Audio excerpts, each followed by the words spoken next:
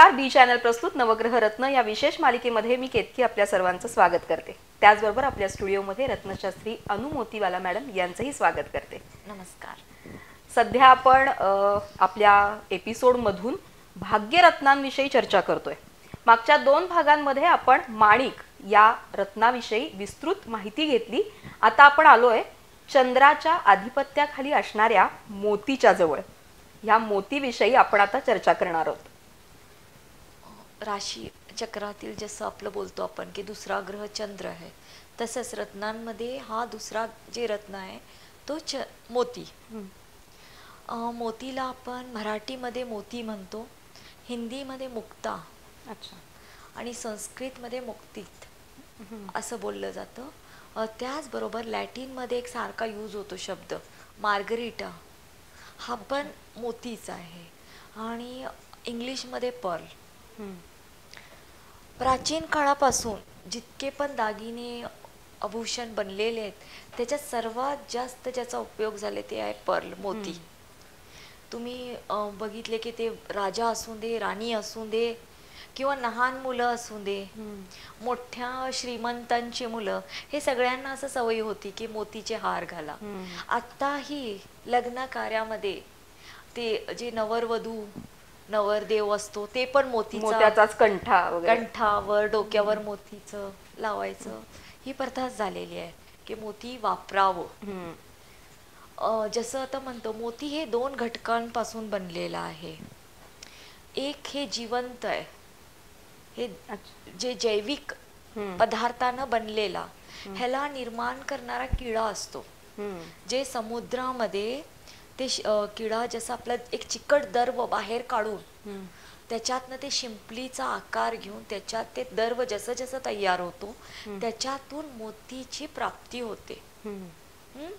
हे शक्यतो समुद्रात बनले जातात, पाणीत कुठेही खाडीमध्ये, नदीमध्ये, गोड पाणीमध्ये. ह्याचे वेगवेगळे वैशिष्ट्य आहेत वेगवेगळ्या ठिकाणी. आणि असंही आहे की प्राचीन काळामध्ये जे ऐरावत हत्ती होता त्याच्यातनं गजमोती, गजमुक्ता असं म्हटलं जातं, तो मोती प्राप्त व्हायचा. स्वाती आणि श्रावण पुनर्वसू नक्षत्रामध्ये जेव्हा हा हत्तीचा जन्म होतो त्या हत्तीच्या मस्तकातून आणि गळ्यातून एक आवळ्याच्या साईजचा मोती तयार निघतं त्याच्यातनं. ते प्राचीन काळामध्ये. त्याचबरोबर बांबू जे असतो आपले बांस ज्याला आपण बनतो ते बांबू मोती पण म्हणतात मुक्ता. जे पावसाचे जे थेंब असतात ते थेंब त्याच्यात बांबूमध्ये साठले की किडा निर्माण होतो आणि तिच्यातून पण एक मोती बनतं, त्याला बांबू मोती म्हणतं. त्याचबरोबर शकूर मोती म्हणून एक येतो, ते एक प्रकारचे डुक्कर असतात, त्यांचा पण जन्म जसं मी बोलले की स्वाती नक्षत्रामध्ये होतं तेव्हा त्यांच्या मस्तकातून एक मोती प्राप्त होतो, त्याचा साईज बोरच्या आकाराचा. त्याच्यातनं पण मोती बनलं जातं. आणि ज्याला आपण नागमणी म्हणतो, हा फेमस आहे. नागमणी जे पूर्ण खजानेचं रक्षा करतो, ते निळसर, हा पण मोतीच आहे. हे सापाच्या माथ्यातून निघतं, फणी वर ते बसलेला आहे मोती, ज्याला नागमणी म्हणतो. मोती आणि पोळा हे 2 असे जाती आहेत जे समुद्रातून निघतात, ज्याला मान्यता आहे ग्रहांमध्ये की हे वापरल्यामुळे तुम्हाला फायदा होतो. खाऱ्या पाणीचे, जैविक, आणि हे जिवंत आहे. अच्छा, असे म्हटले जातं की मोती आणि हे जिवंत, हे वाळत असतात. वाळून जेव्हा तुम्ही समुद्राच्या लाटातनं बाहेर येऊन पडतात किंवा खास पद्धतीनं तिथं आत जाऊन 200-300 खाली समुद्राच्या खोलवर जाऊन जे मोती प्राप्त होतो त्याला जास्त महत्व आहे. अच्छा, त्याच्या साईजवर. आणि असं बोललं जातं की जेव्हा स्वाती नक्षत्र आहे तेव्हा जेव्हा पावसाचे थेंब समुद्रात पडतात तर तो किडा निर्माण होतो. अच्छा, मग मोती बनायला सुरुवात होते. अच्छा, म्हणजे स्वाती नक्षत्र, चंद्र आणि मोती याचा एक घनिष्ठ संबंध आहे. चंद्राचे जे आपण बोलतोय नक्षत्र कुठले आहेत, श्रावण, हस्त नक्षत्र, पुनर्वसू, हे शुभ मानले गेलेत. पुनर्वसू असून दे किंवा पुष्य नक्षत्र पण चंद्रासाठी शुभ मानले गेले. पण स्वाती, श्रावण, हस्त हे चंद्राचे नक्षत्र आहे. ह्याच्यातनं जे मोतीची निर्माती होते ते खूप अतिशय शुभ, म्हणून ह्याला धारण करतानाही आपण नक्षत्र बघितलं जातं की कुठल्या नक्षत्रात घालावं.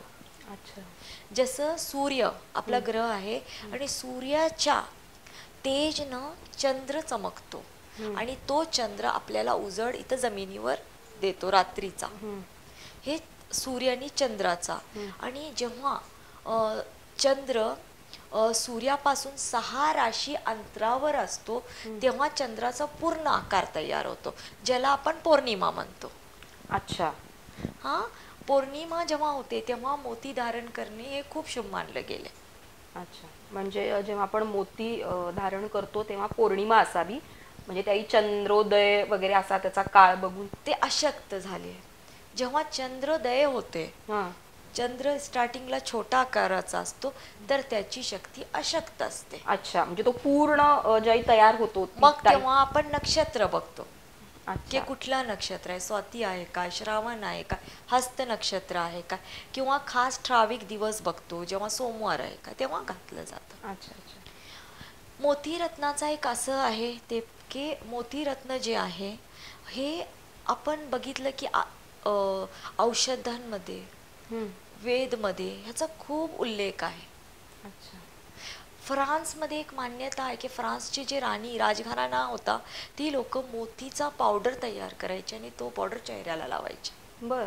का म्हणजे चर्मसाठी हा खूप उपयोगी आहे. अच्छा. मोतीचे कॉस्मेटिक आजही तयार केले जातात, क्रीम ते मोतीमध्ये. तसंच ॲलोपॅथिक, आयुर्वेदिक, युनानी, होमिओपॅथीमध्ये मोतीचा खूप उपयोग केला जातो. आणि असंही म्हटलं जातं की राजघराण्यामध्ये जास्तीत जास्त मोती वापरण्याचं कारण की जेव्हा मोगल आले, जे अरब लोक होती त्यांना अशी आहे की हे देवानी बनवलेली आहे, देवाच्या रचनामुळे, ताकदीमुळे मोती तयार होतो. का जे मोती खनिज रत्न आपण जसे म्हणतो की जमिनीतनं तयार होत असतात, ते खनिजेचा साठा आहे, पण मोतीचा नाही. हे पाणीतनं किड्याची निर्माती होते आणि जैविक आहेत, तर त्यांची अशी मान्यता आहे की देवाची खास शक्ती ह्याच्यात आहे. तर ही लोक म्हणून मोती परिधान करायचे, ज्याच्यामुळे मोती जे त्यांना देवाची शक्ती मिळू आणि त्यांचं जे साम्राज्य आहे ते फलत फुलत जावावं. त्याला कुठलेही बंधन नसायचे की कुणी वापरावं कोणी नाही, असं काही नाही. हे सरसर सगळेच वापरायचे. अगदी ते मोत्याच्या तुरापासून बिगबाळीमध्ये सुद्धा मोती, मोत्याची कुडी, कंठा, म्हणजे प्रत्येक सगळ्याच वयोमानाला बऱ्यापैकी मोती आपण तर बघतो शाहू महाराजांचा काळ असून दे, शिवाजी महाराजांचा असून दे किंवा बाजीराव महाराज असून दे, पण पेशवांचा, त्यांच्याकडे पण बघितले, त्यांचे फोटो पण बघितले तर त्याच्यात जास्तीत जास्त आपल्याला मोतीच बघायला मिळतं की त्याच्यात आहे की ते एक दिव्य शक्ती आहे, ती प्राप्त होते आणि त्याच्यातनं मन शांत राहतो आणि निर्णय क्षमता वाढते. राशी स्वामी चंद्र असलेली रास आहे कर्क, बरोबर? म्हणजे त्या कर्क राशीच्या सगळ्याच लोकांनी मोती वापरला तर चालू शकतो. ज्यांची रास कर्क आहे त्या लोकांनी तर वापरावाच मोती, त्याच्यानं त्यांना फायदाच आहे. अथर्ववेद जे आपली वेद आहे त्याच्यामध्ये मोतीबद्दल खूप काही बारकाईनं लिहिलेलं आहे, त्याच्यात मंत्र आहेत. या वेदमध्ये हे लोक मोती बोलत होते की हे लोक वापरावे, त्याचे भस्म तयार करायचे आणि ते भस्म करून ते खायला द्यायचे. जी स्त्रीला बाळ होत नाही त्याच्यासाठीही मोतीचा उपयोग ती लोक त्यावेळेस अथर्ववेदमध्ये त्याच्याबद्दल लिहिलेलं आहे की ते वापरावं. चायनामध्ये तर अशी मान्यता आहे की मेल्यावर जे मरतात त्यांना स्वर्ग प्राप्तीसाठी त्यांनी मेलेल्या माणसाच्या जिभेवर मोती ठेवतात, म्हणजे त्यांना अशी त्यांची मान्यता आहे की ते स्वर्गाची प्राप्ती होते. आणि जपानमध्ये असं बोललं जातं की त्या लोकांचं असं म्हणणं आहे की दिव्य शक्तीसाठी तुम्हाला आर्थिक तुमची बाजू मजबूत करण्यासाठी ही लोक जास्तीत जास्त पर्लचा उपयोग करतात. जापानमध्ये.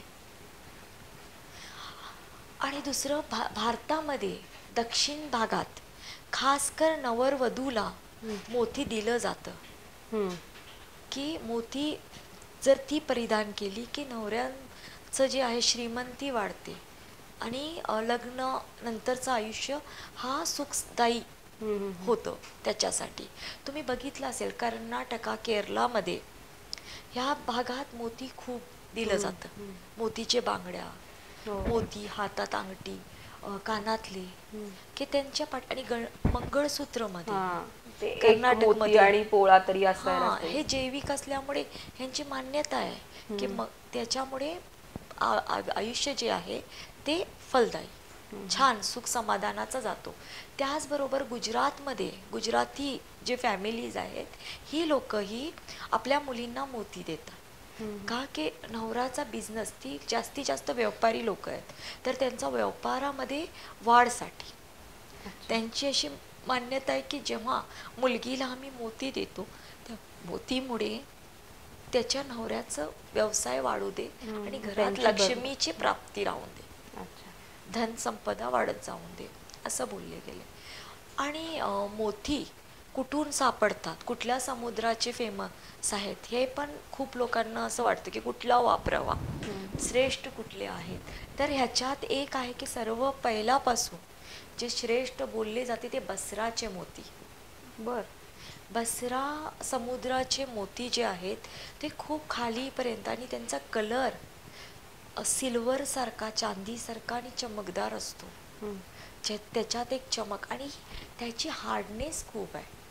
म्हणजे आता तुम्ही मोतीची हार्डनेस किती आहे हे विचारला की 3 ते 3.5 इतकीच आहे. पण त्याच्यासाठी तो गुडगुडीत, हातात येणार आणि मोहक, आणि त्याच्या वापरामुळे सुख समृद्धी ह्याची प्राप्ती होते, श्रेष्ठामध्ये मानले गेले. आणि मोती सहज सगळीकडे सापडतो. आपल्या भारतामध्ये कुठे सापडतात मोती जे छान आहेत? भारतामधले जे मोती आहेत ते समुद्राचे, आपले तामिळनाडू, तामिळनाडूचे समुद्राचे जे मोती आहेत ते दिसायला सेम टू सेम जरासा बसराचे मोती सारखे आहेत.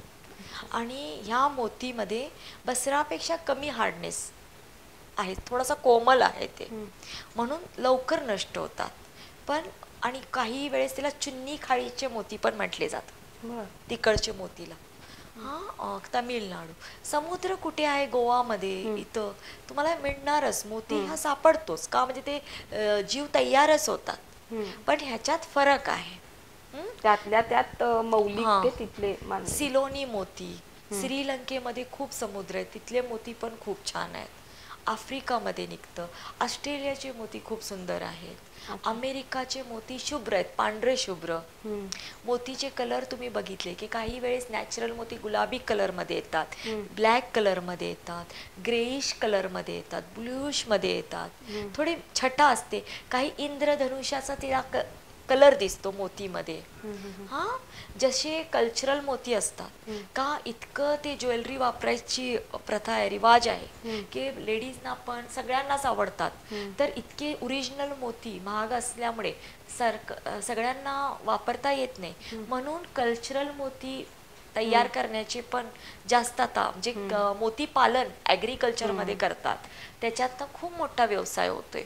जसं हैदराबादमध्ये, तिथं त्या हैदराबादला पर्ल सिटीज म्हणतात, आणि तिथे जे आहे कल्चरल मोती, जे काही लोक आपल्या पाणीचे घडे तयार करून त्याच्यात ते जंतू सोडून ते मोती तयार केले जातात. ते फक्त ज्वेलरीसाठी. इतकंच आहे की ते वजनाला हलके असतात, आणि ओरिजिनल मोती जेव्हा तुम्ही हातात घेताय तर ते वजनाला जड आहे. कल्चरल मोतीची साईज जे बघतो ते आपल्या आकारानं आपण करू शकतो. तुम्ही बघितलं असेल ज्वेलरीमध्ये कुठलाही साईज मिळतो, कसंही शेप आपण करू शकतो. बहुतेक ते चपटे असतात. आणि हे जे आहेत ओरिजिनल मोती ते आबडधाबड, म्हणजे व्यवस्थित तिचा शेप नसतो.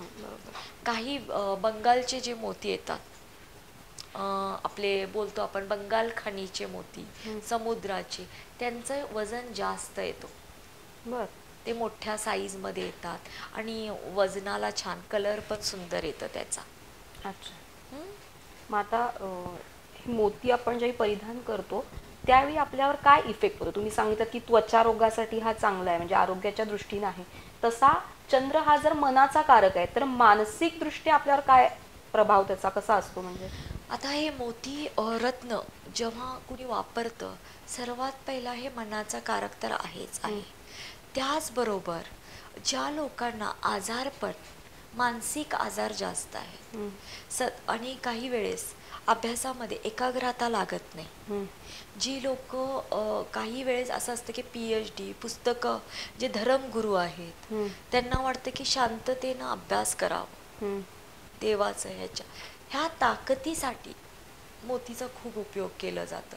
आणि ज्या ग्रहांमध्ये चंद्र अशक्त आहे त्यांनी मोतीचा उपयोग करावा. ह्याच्यामध्ये एक प्रकारचं जे बोलतो ना, दिव्य शक्ती भरभरून आहे. मुलं लहान असताना खूप वेळ आजारी पडत असतात, तर लहान मुलांना आपण दुसरा कुठला रत्न देऊ शकत नाही. त्या वयालाही मोती काम करतो. अच्छा. सतत रडत राहणे, ज्या लहान मुलांचे दात येत असतात त्यांना त्या आजारपणामुळे जे पीडा सहन करावी लागते, त्याच्यासाठी ही मोती खूप छान आहे. ज्यांच्या जे बोलतात की मुलं डोळ्यानं, म्हणजे ज्यांचे डोळे व्यवस्थित नाही आहेत, लहानपणी काही डोक्याच्या आजारामुळे डोळ्यांवर परिणाम होतो, तर असं बोलले जात होते की मोतीला पाण्यात भिजवून तो पाणी त्या मुलांना प्यायला द्यावं. म्हणजे ते शरीरात एक प्रकारचं तापमान लेवल जे बोलतो आपण उष्ण जे असतं ना, ते थंडवा मिळून डोळ्याला पण तिच्यामुळे दृष्टी वाढावी. अच्छा. ते जे दृष्टीचे आजार आहेत ते कमी व्हावं. अच्छा. त्याच्यासाठी. आणि तुम्ही सांगितलं तसं की कुंडलीनुसार कुणी मोती वापरावा आणि अंकशास्त्रानुसार कुणी वापरावा किंवा हस्तरेखा शास्त्रानुसार.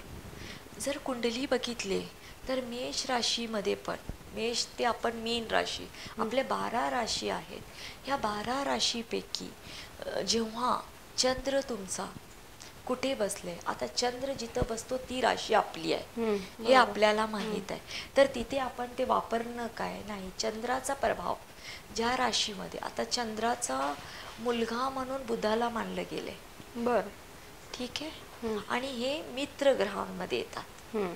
तर ज्यांच्या कुंडलीमध्ये चंद्र अशक्त आहे, वृश्चिक राशीमध्ये चंद्र अशक्त असतो, तर ह्या लोकांनी आवश्यक मोती वापरावा. मेष राशीचे लोक तापट असतात, त्याच्यामुळे काही वेळेस ते चुकीच्या मार्गावर जातात. आणि जेव्हा मेष राशीचा राशी स्वामी जे आहे मंगळ आहे, तर तो तापट्टीचा दाखवलं गेले, धडपड, निर्णय क्षमता त्यांची खूप, काही विचार न करतात घेतात. तेव्हा मोती वापरल्यामुळे ह्यांच्या विचारांमध्ये फरक पडतो आणि काही वेळेस हे शांतपणे राहतात. त्याचबरोबर सिंह राशीचे व्यक्ती यांनीही मोती वापरावं. आणि जलचर राशी जी आहे, जलचर मध्ये आपले मीन राशी येते, ह्या राशीचे लोकांनीही मोती वापरावं. ह्यांनाही खूप फायदा होतो. आणि काही वेळेस काही राशीवर असले ग्रहांचा, राहू केतूचा आणि मंगळाचा चुकीचा प्रभाव पडल्यामुळे त्याच्यातनं चंद्र अशक्त होतो. ते अशक्त चंद्राला ताकद देण्यासाठी मोती वापरावं. अच्छा. म्हणजे कुंडलीनुसार मोती कुणी कुणी वापरावा याविषयी आपण चर्चा करतच आहोत.